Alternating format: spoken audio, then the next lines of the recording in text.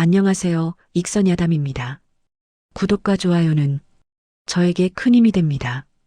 구독과 좋아요 부탁드려요. 옛날 어느 고을에 김진사라는 양반이 살았습니다. 이 김진사라는 위인에 대해 먼저 말씀을 좀 드려야겠는데 생김새부터가 아주 가관입니다. 심술보가 터질 듯이 불룩한 볼살에 눈은 바늘구멍처럼 찢어져서리 남을 흘겨볼 때마다 독사가 혀를 날름거리는 것 같았지요. 이 양반이 어찌나 지독한 구두쇠인지 동네 사람들이 혀를 내둘렀습니다. 곳간에는 쌀가마니가 천장까지 다 썩어나가는데도 동네 굶는 아이한테 찬밥 한 덩이, 쉰 밥풀 하나 주는 법이 없었습니다. 오죽하면 동네 개들도 김진사 집 담벼락에는 오줌도 안 누고 피해갔다는 소문이 돌 정도였으니 말 다 했지요.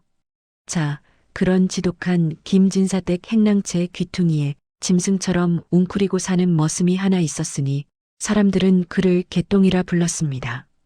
원래 이름이 없었겠습니까? 아마는 천한 목숨 개똥밭에 굴러서라도 즐기게 살아남으라고 부모가 지어준 이름이었을 겁니다. 하지만 그 부모마저 일찍 여의고 빚더미에 앉은 채 어린 나이에 김진사 댁으로 팔려왔으니 그 팔자가 참으로 기구합니다. 이 개똥이 참으로 우직하고 미련한 놈이었습니다. 세상 물정 모르고 그저 일만 아는 소 같은 사내였지요. 매일 새벽 먼동이 트기도 전, 닭이 회를 치기도 전에 개똥이는 부스스한 눈을 비비며 일어납니다. 한겨울 엄동설 안에도 찬물에 세수 한번 하고는 쇠죽을 쓸어 나갑니다. 가마솥에 장작불을 지피면 그 따스한 기운에 언손을 녹일 법도 한데 김진사가 장작 아껴라 이놈아 하고 호통을 칠까 무서워 마른 건불 몇 개로 겨우 불을 살려 쇠죽을 끓입니다. 김진사 댁 소는 김진사보다 상팔자였습니다. 소는 따뜻한 콩깍지 삶은 물을 먹는데 개똥이 밥그릇에는 언제나 시커먼 보리밥 덩어리에 소금국이 전부였지요. 그마저도 배불리 먹어본 적이 없습니다. 머슴놈이 배부르면 딴 생각하고 게을러진다. 이게 바로 김진사의 지론이었거든요. 세상에 사람이 밥심으로 일을 하지 굶겨놓고 일을 시키는 법이 어디 있습니까? 그렇게 봄이면 쟁기질에 어깨가 짓물러 피고름이 나고 여름이면 뙤약볕 아래서 김을 매느라 등껍질이 벗겨지고 가을이면 타작마당에서 볕단을 나르느라 허리가 휘어지고 겨울이면 산에 올라 나무를 하느라 손발이 동상에 걸려 시커멓게 죽어갔습니다. 그렇게 죽어라 일을 한 세월이 무려 10년입니다. 강산도 변한다는 10년. 개똥이가 처음 이 집에 들어올 때 15 더벅머리 총각이었는데 어느덧 25 헌원장부가 되었습니다. 비록 입은 옷은 다해진 배적삼에 집시는 짝짝이었지만 근육은 옹골차게 붙었고 눈빛만은 살아있었지요. 개똥이 마음속에도 봄바람이 불어왔나 봅니다.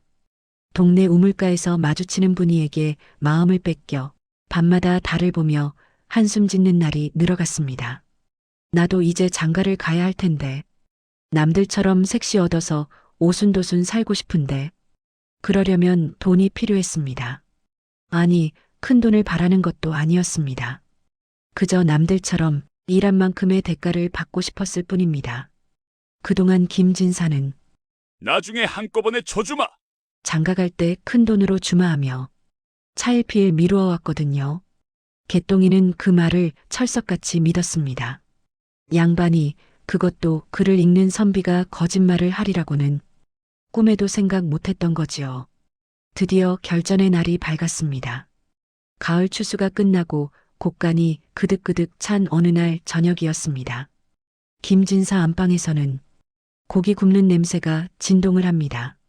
지글지글 기름진 냄새가 문틈으로 새어나와 개똥이의 텅 빈 뱃속을 요동치게 만들었습니다. 개똥이는 마른 침을 꿀꺽 삼키며 떨리는 손으로 옷매무새를 다듬었습니다. 가슴이 쿵쾅쿵쾅 뛰어서 터질 것만 같았습니다. 그래, 오늘이다.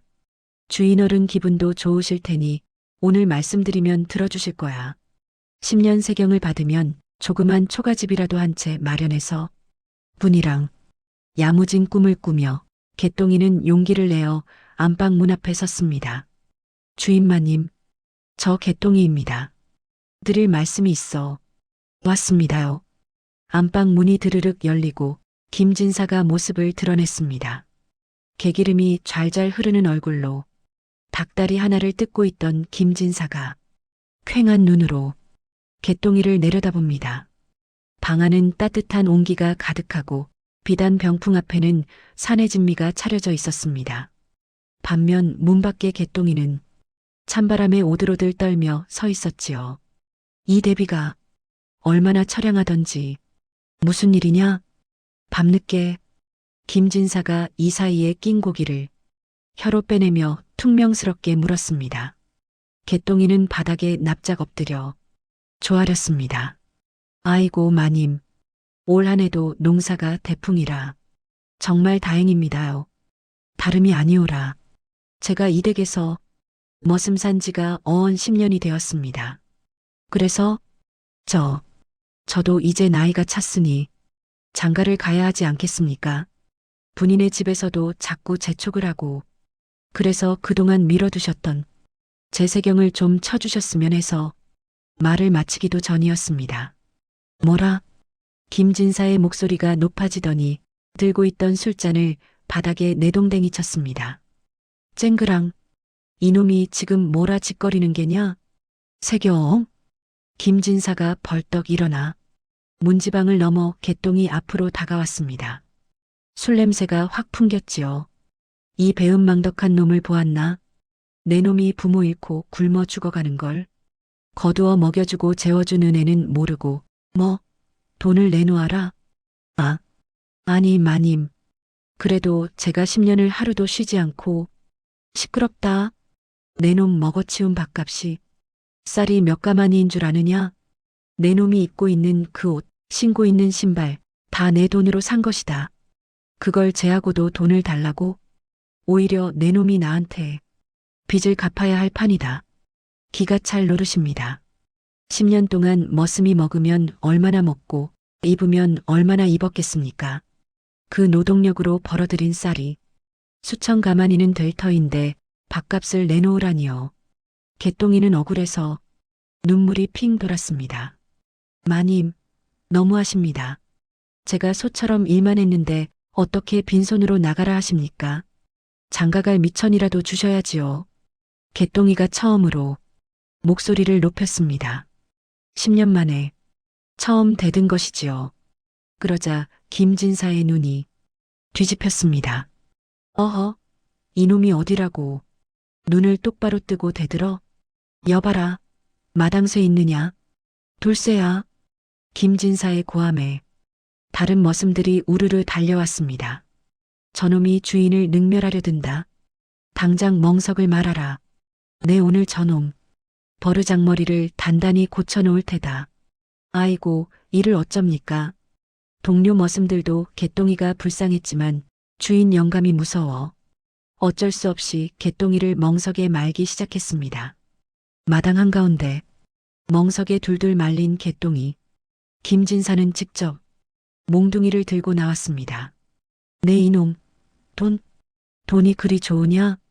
이게 바로 돈맛이다. 퍽! 살이 터지는 소리가 밤하늘에 울려 퍼졌습니다.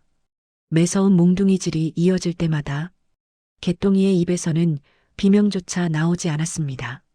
너무 아프고 너무 억울해서 숨이 턱턱 막혀왔습니다. 차라리 죽여달라고 빌고 싶었지만 악다구니를 쓰며 버텼습니다. 여기서 죽으면 너무 억울하니까요. 내 청춘 10년이, 내 피땀이 몽둥이질로 돌아온다는 사실을 받아들일 수가 없었습니다. 한참을 두들겨 패던 김진사가 헉헉대며 몽둥이를 던졌습니다. 이놈을 당장 대문 밖으로 내다버려라. 다시는 내 집 근처에 얼씬도 못하게 해. 질질 끌려 대문 밖으로 내동댕이 쳐진 개똥이 밤하늘에는 무심하게도 달이 밝게 떠 있었습니다. 온몸은 피투성이가 되었고 한쪽 다리는 부러졌는지 감각이 없습니다. 차가운 흙바닥에 얼굴을 묻은 채 개똥이는 오열했습니다. 소리내어 울 힘도 없어. 끄끄하며 피 섞인 울음을 토해냈습니다. 김진사, 김진사, 내 이 원한을 죽어서 귀신이 되어서라도 갚을 것이다. 하늘이시여 보고 계십니까? 제발 저 악마 같은 놈에게 천벌을 내려주십시오. 개똥이의 눈물 젖은 절규가 차가운 밤 공기를 갈랐지만 김진사 집 대문은 굳게 닫힌 채 안에서는 하호 웃음소리만 들려올 뿐이었습니다. 가진 것 없는 자의, 서름이 사무치는 밤이었습니다. 여러분 상상해 보십시오. 빈털터리로 그것도 몸이 만신창이가 되어 쫓겨난 이 엄동설 안에 우리 개똥이는 이제 어찌 살아야 할까요? 그저 이대로 얼어 죽는 게 그의 운명일까요? 아니요, 그럴 리가 있겠습니까? 사람 죽으란 법은 없다고. 바로 그때 어둠 속에서 누군가의 발자국 소리가 들려옵니다. 과연 누가 나타난 것일까요? 개똥이의 기구한 운명, 이제부터가 진짜 시작입니다. 정신이 혼미한 가운데서도 살아야겠다는 생각 하나로 엉금엉금 기었습니다. 다리는 부러진 듯 질질 끌리고 손톱은 땅을 긁어 다 뒤집어졌습니다. 그렇게 피를 흘리며 기어서 도착한 곳이 마을. 어귀에 다 쓰러져가는 상여집 시신을 운반하는 가마를 보관하는 곳이었습니다. 귀신이 나온다고 동네 사람들은 얼씬도 않는 곳이지만 당장 얼어 죽게 생긴 개똥이에게 찬밥 더운 밥 가릴 처지가 아니었지요. 썩은 멍석 조각 하나를 몸에 두르고 덜덜 떨며 밤을 지새우는데 서러움이 북받쳐 오릅니다. 어머니, 아버지, 저 좀 데려가 주이소. 사는 게 너무 힘듭니다. 그렇게 며칠을 알아누워 사경을 헤매는데 바깥에서 쿵 하고 무언가 쓰러지는 소리가 들립니다. 개똥이가 힘겹게 눈을 떠 문틈으로 내다보니 웬 스님 한 분이 눈밭에 거꾸러져 있는 게 아니겠습니까? 승복은 낡아서 너덜너덜하고 집시는 다해져서 맨발이나 다름없는 노스님이었습니다. 사실 이 스님에게도 기막힌 사연이 있었습니다. 쓰러지기 직전 이 스님은 김진사 댁 대문을 두드렸더랬습니다. 소승이 며칠을 굶어 기력이 쇠하여 그러니 따뜻한 물 한 모금만 적선해 주십시오. 하지만 김진사, 이 천하의 잡놈은 어찌했는지 아십니까? 재수없게 어디 중놈이 아침부터 대문 앞을 막아서 여봐라, 소금을 뿌려라, 소금을. 하인들을 시켜 물 대신 소금을 뿌리고 몽둥이로 위협해 쫓아낸 것이었습니다. 결국 허기와 추위를 견디지 못하고 상여집 앞까지 와서 쓰러진 것이지요. 개똥이는 그 모습을 보고 갈등했습니다. 나도 지금 죽을 지경인데, 내 코가 석자인데 누구를 돕는단 말인가. 하지만 천성이 착해 빠진 이놈, 차마 죽어가는 사람을 외면하지 못합니다.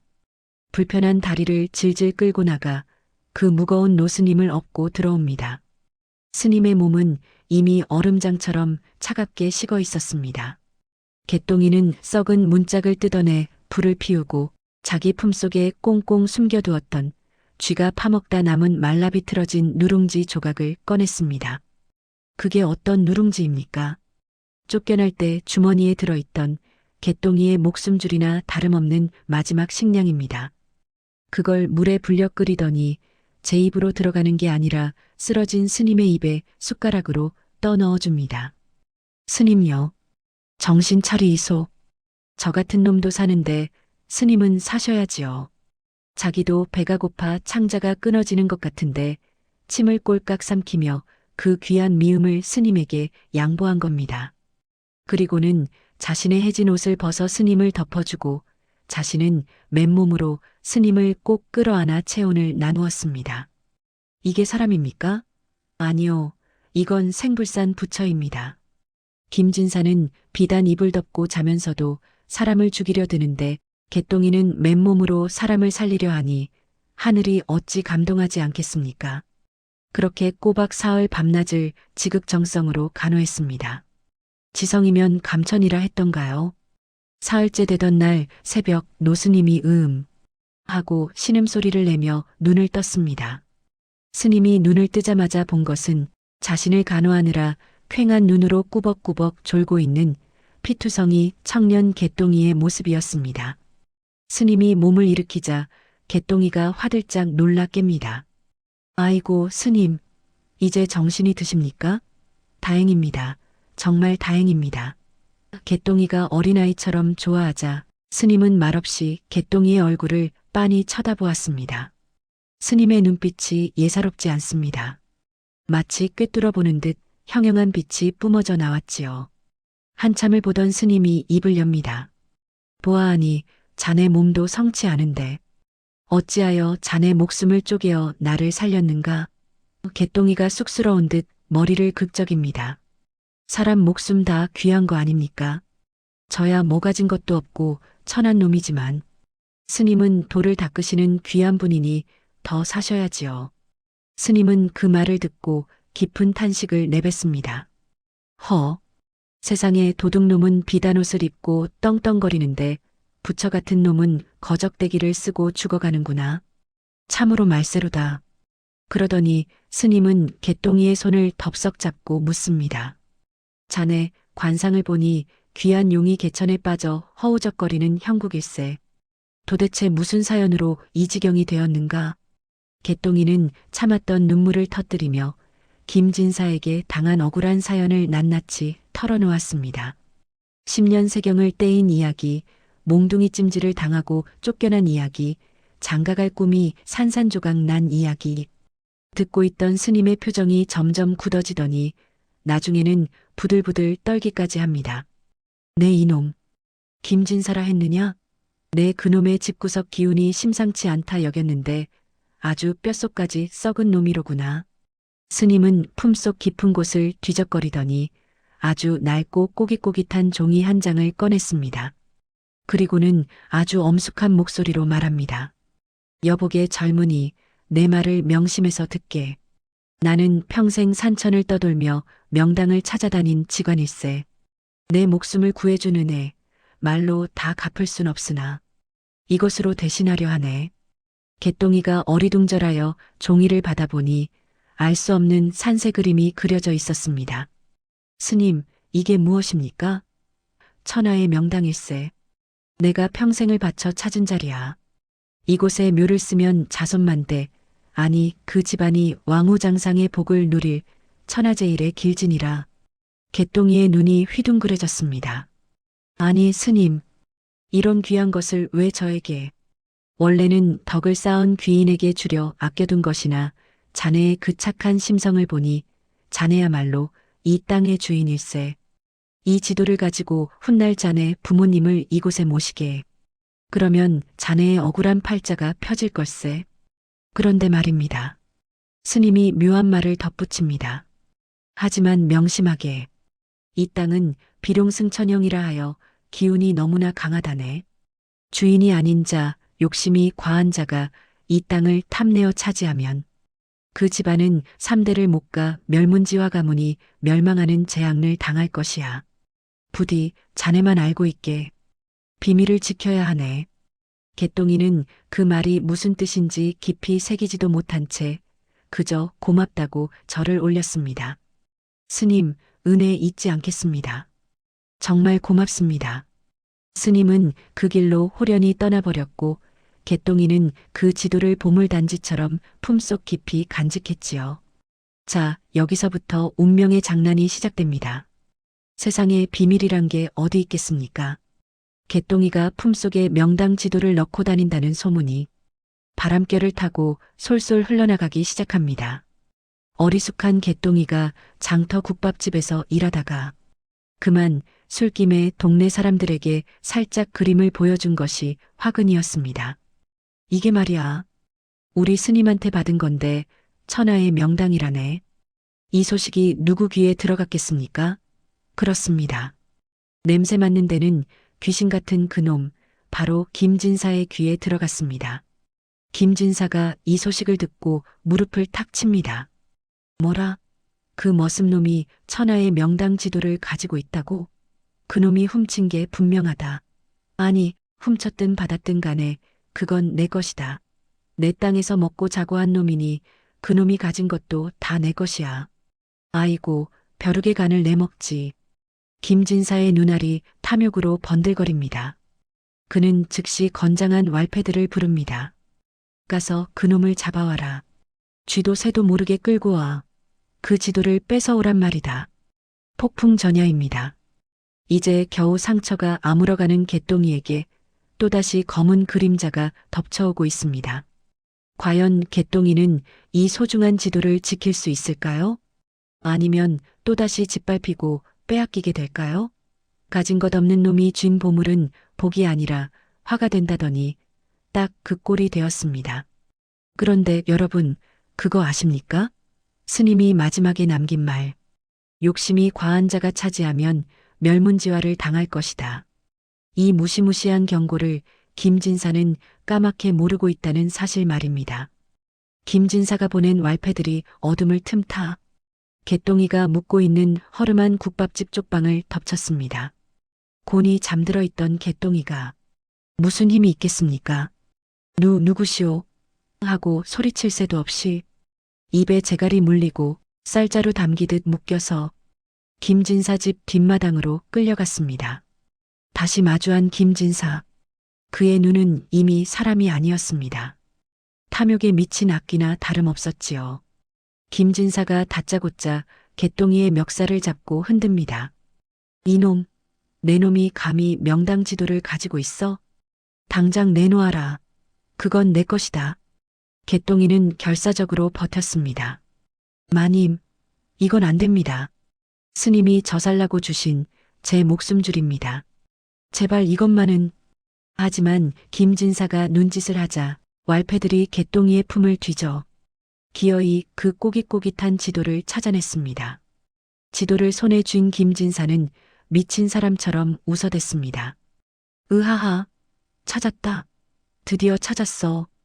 이제 천하가 다 내 발 아래 있다. 그러고는 쓰러져 있는 개똥이를 발로 걷어차며 침을 뱉었습니다.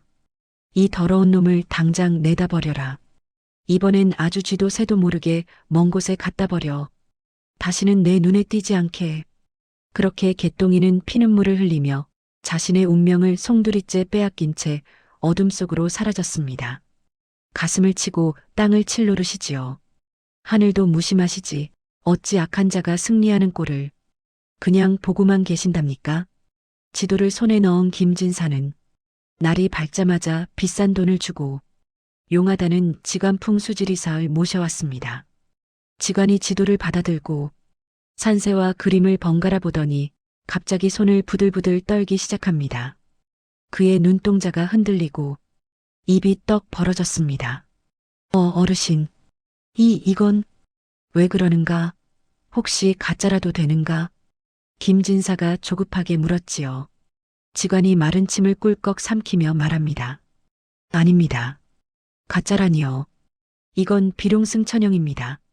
용이 여의주를 물고 하늘로 솟구치는 형국이라 이곳에 묘를 쓰면 당대의 정승판서가 줄을 잇고 자손만대 부귀영화가 끊이지 않을 천하제일의 대명당입니다. 조선 팔도를 다 뒤져도 이런 자리는 다시 없습니다. 그 말을 듣는 순간 김진사의 입이 귀에 걸렸습니다. 그렇지? 네, 그럴 줄 알았어. 으하하. 이제 우리 집안은 왕족도 부럽지 않게 될 것이다. 지관은 뭔가 찜찜한 듯 한마디 덧붙이려 했습니다. 하온데 어르신, 터가 너무 셉니다. 이런 자리는 주인이 따로 있는 법이라 덕이 부족한 사람이 들어가면 오히려 화를 입을 수도. 닥쳐라. 돈이 덕이고 권세가 덕이지. 무슨 헛소리냐. 당장 길이를 잡아라. 김진사는 지관의 경고를 귓등으로도 듣지 않았습니다. 마침 병석에 누워 계시던 노모가 때맞춰 세상을 떠나자 김진사는 이건 하늘이 주신 기회다라며 무릎을 쳤습니다. 그는 상을 치르자마자 노모의 시신을 그 명당 자리로 모셨습니다. 봉분을 으리으리하게 올리고 비석도 최고급 오석 검은 도루로 세웠지요. 제사를 지내며 김진사는 절을 올렸습니다. 어머니, 좋은 자리에 모셨으니 이제 저를 정승판서로 만들어 주시고 금은보화를 산처럼 쌓아 주십시오. 효심이 아니라 오로지 제 욕심 채울 생각뿐이었습니다. 자, 이제 묘를 썼으니 발버군이 트임할 일만 남았다고 믿었겠지요. 온 동네방네 떠들고 다녔습니다. 이제 우리 집안 위세가 하늘을 찌를 테니 두고 봐라 하고요. 그런데 말입니다. 참으로 기이하고 소름 끼치는 일이 벌어집니다. 묘를 쓰고 딱 석 달이 지난 후부터였습니다. 시작은 외양간이었습니다.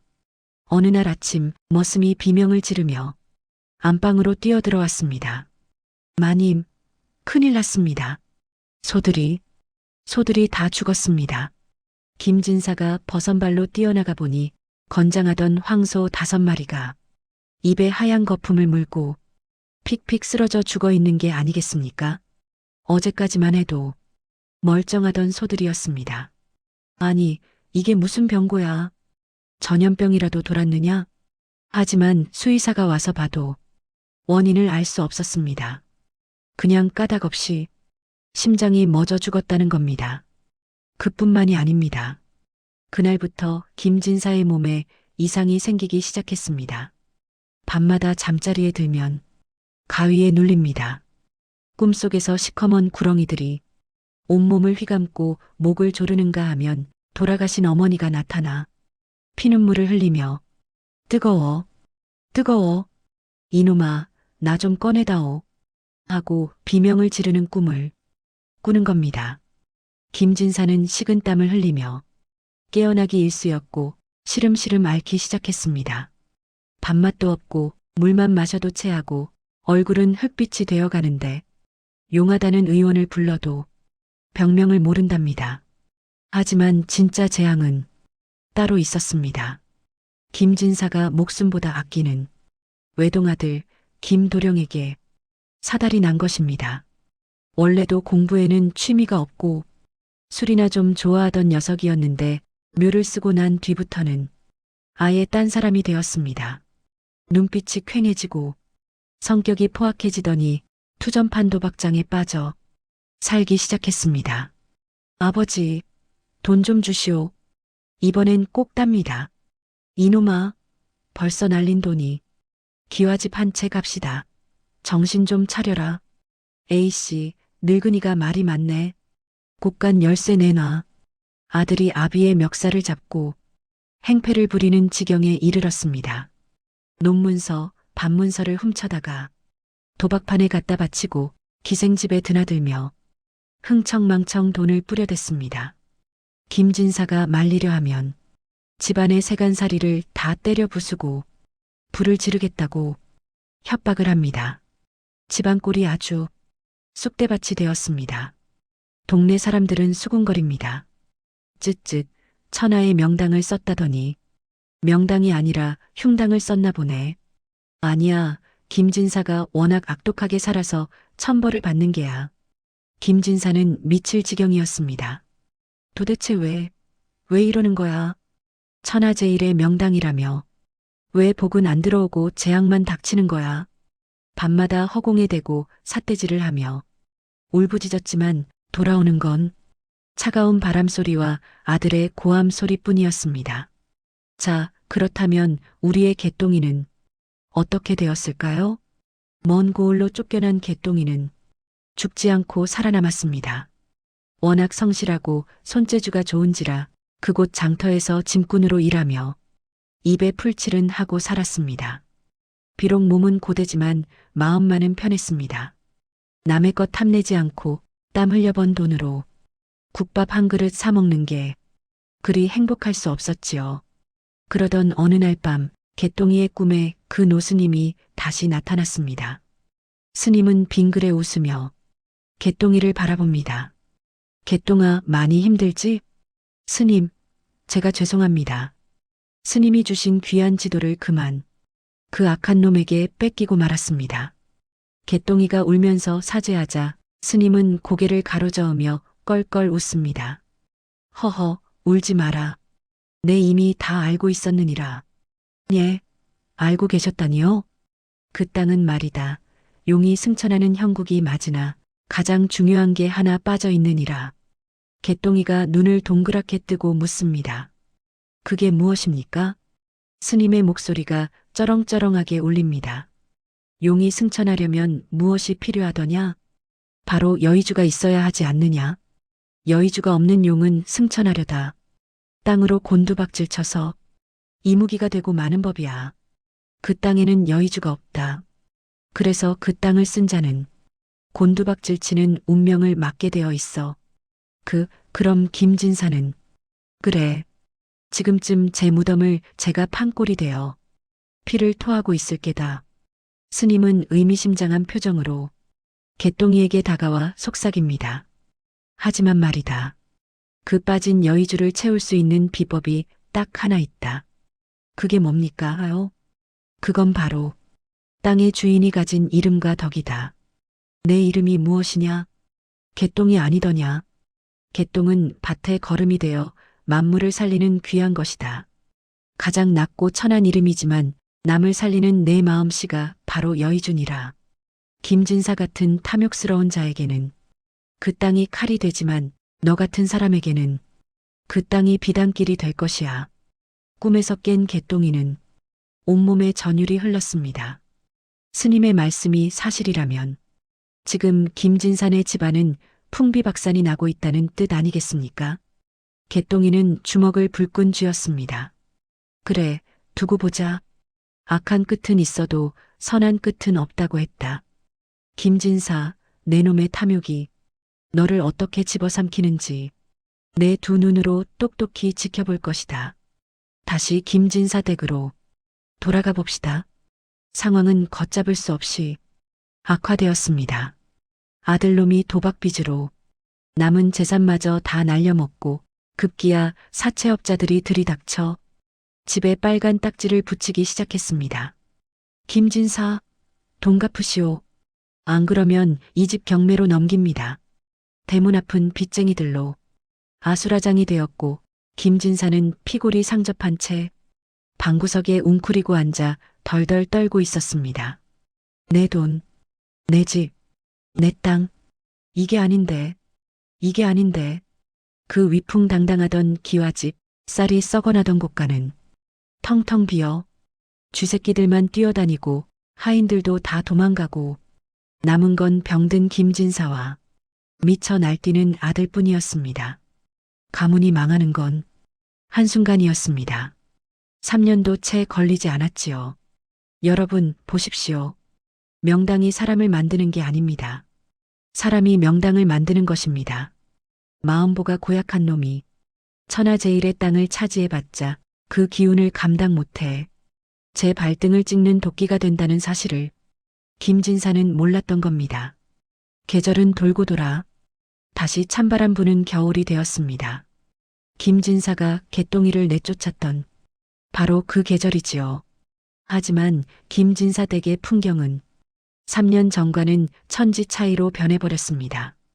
동네 사람들이 부러워 마지 않던 99칸 대저택은 이제 흉가가 다 되었습니다. 기와장은 깨져서 비가 줄줄 새고 마당에는 잡초가 무성하여 뱀이 또아리를 틀고 있습니다. 꽃가는 텅텅 비어 거미줄만 쳐져 있고 콧대 높던 하인들도 월급을 못 받으니 뿔뿔이 흩어진 지 오래입니다. 방구석에 누운 김진사의 꼴을 좀 보십시오. 비단 이불은 다 어디 가고 냄새나는 솜잎을 하나를 뒤집어 쓴 채 오들오들 떨고 있습니다. 그 많던 살은 다 빠져서 해골바가지나 다름없고 눈은 퀭하니 초점이 없습니다. 물 좀 다오. 목이 타들어가 애타게 불러보지만 대답하는 이는 아무도 없습니다. 사랑하는 아들놈은 도박빚에 쫓겨 야반도주해 버렸고 그 떵떵거린 땐 알랑방귀를 뀌며 찾아오던 친구놈들도 발길을 뚝 끊었습니다. 이게 바로 권불 10년 화무십일홍 아니겠습니까? 그때였습니다. 대문 밖이 웅성웅성 소란스럽습니다. 야, 이 집이 드디어 팔렸다네. 누가 이런 흉가 같은 집을 산대? 귀신 나온다고 소문이 파다한데 동네 사람들의 수군거리는 소리가 들려옵니다. 김진사는 힘겹게 몸을 일으켰습니다. 오늘이 바로 집을 비워줘야 하는 날입니다. 경매꾼들에게 집이 넘어갔거든요. 내 집, 내 땅, 조상님이 물려주신 이 터전을. 김진사는 땅을 치며 통곡했지만 소용없는 짓입니다. 끼잉 마이너스. 녹슨 대문이 열리고 새 주인이 들어옵니다. 그런데 그 행색이 예사롭지가 않습니다. 윤기가 흐르는 백마를 타고 머리에는 고급 탄건을 쓰고 몸에는 최상급 비단으로 지은 두루마기를 걸쳤습니다. 뒤따르는 하인들만 10명이 넘습니다. 동네 사람들이 입을 떡 벌리고 쳐다봅니다. 저 양반은 뉘신가? 한양에서 온 고관대작인가? 말에서 내린 사내가 천천히 마당으로 들어섭니다. 그는 집안 구석구석을 둘러봅니다. 자신이 쇠죽을 끓이던 아궁이, 매를 맞던 멍석, 쫓겨나던 대문, 사내의 눈가가 촉촉하게 젖어듭니다. 김진사는 마루 끝에 걸터앉아 그 사내를 올려다보았습니다. 눈이 침침하여 누군지 알아보지 못합니다. 니시오. 내 집을 산 사람이 당신이오? 사내가 김진사 앞으로 다가와 갓을 벗고 깊게 허리를 숙여 인사를 합니다. 김진사 어르신, 오랜만입니다. 저를 못 알아보시겠습니까? 김진사가 눈을 비비고 자세히 쳐다봅니다. 까무잡잡한 피부, 선 굵은 이목구비, 그리고 저 오직한 눈빛. 어디서 많이 본 얼굴인데. 설마. 김진사의 입술이 파르르 떨립니다. 자, 자네는 개똥이? 그렇습니다. 그 사내는 바로 개똥이었습니다. 3년 전 피투성이가 되어 쫓겨났던 그 머슴 개똥이가 천석군 부자가 되어 돌아온 것입니다. 동네 사람들이 웅성거리기 시작합니다. 아니, 저게 개똥이라고? 그 머슴 살던 개똥이? 세상에 상전벽해라더니 용이 되어 돌아왔네 그려. 개똥이는 어떻게 부자가 되었을까요? 꿈속에서 스님의 말씀을 들은 뒤 개똥이는 산으로 들어갔습니다. 약초를 캐다 팔았는데 워낙 성실하고 눈썰미가 좋아 남들은 평생 한 번 보기도 힘들다는 산삼을 밥 먹듯이 캐냈습니다. 하지만 개똥이는 그 돈을 허투루 쓰지 않았습니다. 흉년이 들어 굶어 죽는 사람들이 생기자 산삼 판 돈으로 쌀을 사서 나눠주었습니다. 개똥이네 쌀집에 가면 굶어 죽지는 않는다더라. 소문이 퍼지자 사람들이 구름대처럼 몰려들었고 개똥이는 장사를 시작했습니다. 그의 정직함과 덕망을 믿은 상인들이 그와 거래를 트면서 돈이 눈덩이처럼 불어난 것입니다. 스님의 말씀대로 그의 이름 개똥처럼 낮은 곳에서 남을 살리는 덕이 바로 여의주가 되어 그를 승천시킨 것이지요. 개똥이는 마루에 걸터앉은 김진사를 내려다보았습니다. 옛날 같으면 감히 쳐다보지도 못할 상전이었으나 지금은 처지가 완전히 뒤바뀌었습니다. 하지만 개똥이의 눈에는 복수심보다는 연민이 서려 있었습니다. 어르신, 3년 전 눈 오는 밤 저를 내쫓으며 하신 말씀 기억하십니까? 개똥이의 목소리는 차분했지만 천둥처럼 김진사의 가슴을 때렸습니다. 배운 것 없고 가진 것 없는 놈, 평생 남의 집 머슴이나 살다 죽을 놈이라 하셨지요. 김진사는 고개를 들 수가 없었습니다.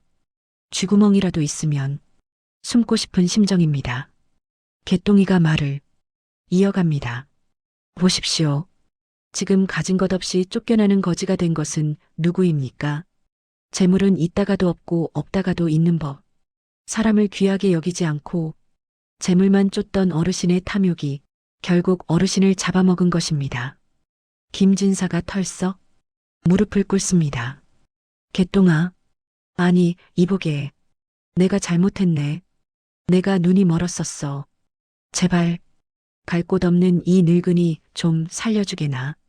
이 집에서 문간방이라도 좋으니 붙어만 있게 해주게.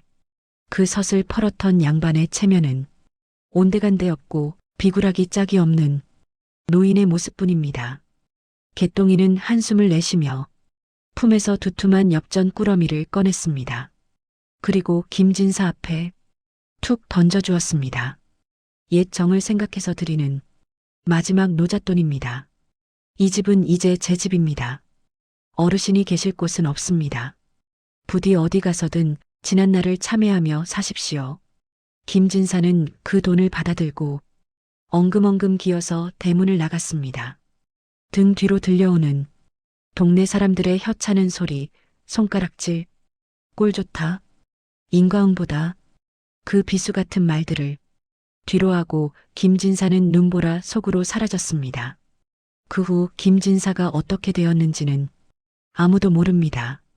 어느 객주에서 쓸쓸히 객사했다는 소문만 바람결에 들려올 뿐이지요. 자, 그럼 김진사가 망쳐놓은 그 명당터는 어떻게 되었을까요? 참으로 신기한 일입니다. 개똥이가 주인이 되어 들어온 그날부터 집안의 기운이 싹 바뀌었습니다. 밤마다 들리던 귀신 울음소리가 뚝 그치고 말라비틀어졌던 마당의 정원수에 푸른 싹이 돋아나기 시작했습니다. 죽어나가던 가축들도 개똥이가 여물을 주면 통통하게 살이 올랐습니다. 직관이 지나가다 그 집을 보고 깜짝 놀라 말했다지요. 허허, 기이하도다. 살이 끼었던 흉당이 주인이 바뀌니 천하의 길지로 변했구나. 역시 명당은 땅이 아니라 그 땅을 밟고 사는 사람의 마음 씀씀이에 달린 것이로다. 개똥이는 늦은 나이에 참한 색시를 얻어 장가를 갔습니다. 처자들을 낳던 날 꿈에 그 노스님이 나타나 하얀 연꽃 한 송이를 건네주었다고 합니다. 그 덕분인지 자식들은 하나같이 총명하고 효성이 지극했습니다. 큰아들은 과거에 급제하여 훗날 판서의 자리에 올랐고 둘째는 거상이 되어 조선 팔도의 상권을 쥐락펴락했지요. 개똥이 아니 이제는 김대감이라 불리는 그는 90세가 넘도록 장수하며 곳간을 열어 가난한 이웃을 돕는 일을 멈추지 않았습니다. 세월이 흘러 개똥이가 눈을 감는 날 그는 자손들을 모아놓고 유언을 남겼습니다. 얘들아 명심하거라. 이 집터가 좋아서 우리가 잘된 것이 아니다. 남의 눈에 눈물 내지 않고 콩 한 쪽이라도 나누어 먹으려 했던 그 마음이 하늘에 닿아 복을 내린 것이다. 너희도 대대손손 그 마음을 잊지 말거라. 그렇게 개똥이는 평안한 미소를 머금고 세상을 떠났고 그의 이야기는 입에서 입으로 전해져 오늘날 우리에게까지 들려오게 된 것입니다. 여러분, 긴 이야기 함께 하시느라 고생 많으셨습니다. 어떻습니까? 가슴 한구석이 뻥 뚫리는 것 같지 않으십니까? 우리가 사는 세상, 때로는 김진사처럼 악독한 놈들이 더 잘 사는 것 같아. 배가 아프고 착하게 사는 나는 왜 이리 힘든가 싶어 원망스러울 때가 분명 있습니다. 하지만 오늘 개똥이의 이야기를 보십시오. 하늘의 그물은 넓고 엉성해 보여도 결코 악인을 놓치는 법이 없습니다. 반대로 묵묵히 선을 행하는 여러분의 그 고운 마음씨도 하나도 빠짐없이 다 기록해두고 계십니다. 지금 당장 힘들다고 세상이 날 알아주지 않는다고 너무 서러워 마십시오. 여러분은 이미 여러분 인생에 명당을 짓고 계신 겁니다. 가족을 위해 헌신하고 이웃에게 따뜻한 말 한마디 건네는 여러분의 그 마음이 바로 여의주입니다. 언젠가 그 여의주가 빛을 발하여 여러분의 인생을 용처럼 승천시킬 날이 반드시 기필코 올 것입니다. 저 김노인이 장담합니다. 그러니 부디 오늘 밤은 두 다리 쭉 뻗고 편안하게 주무십시오. 내일은 오늘보다 더 좋은 볕이 여러분의 마당에 내리쬐을 테니까요.